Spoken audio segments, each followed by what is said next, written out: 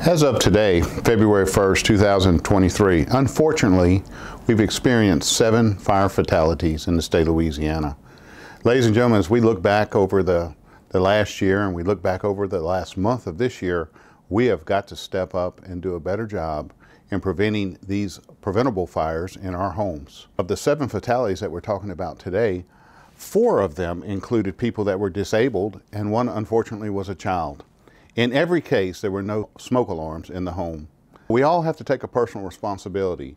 We have to take a personal responsibility to make sure that we are creating a safe environment. When we talk about heating and home heating, today is a particularly cold day, and the month of February is usually our coldest month of the year. One of the things that we want to talk about is, how do you properly heat your home? Well, the first thing is, many people use space heaters.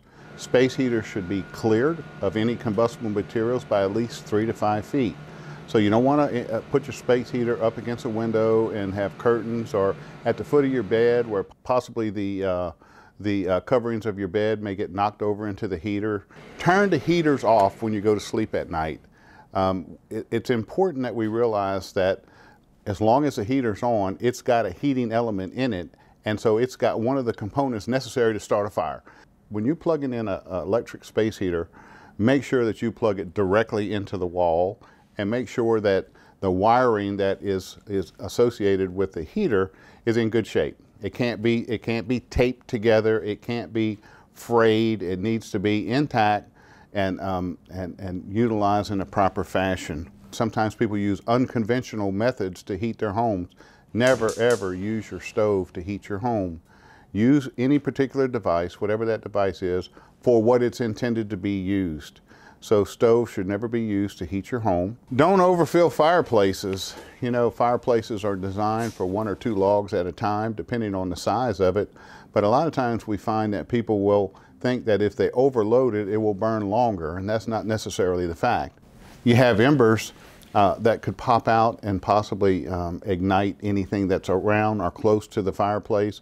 So make sure, again, you don't store things around fireplaces. Make sure that you don't overload the fireplace with wood.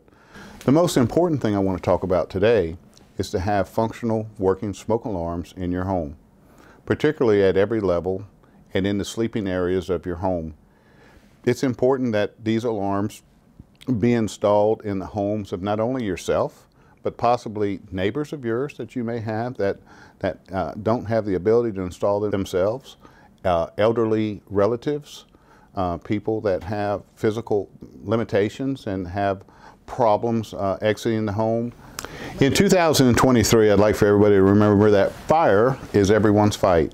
I challenge each and every person to take the responsibility upon themselves to make sure that they have a working smoke alarm in their home, that they've developed that fire safety plan for their home, that they have taught their children, shared with their neighbors, evaluated maybe their elderly parents or relatives' homes to make sure that their homes are fire safe. We have to take the responsibility to protect ourselves. We have to step up and understand that fire is everyone's fight.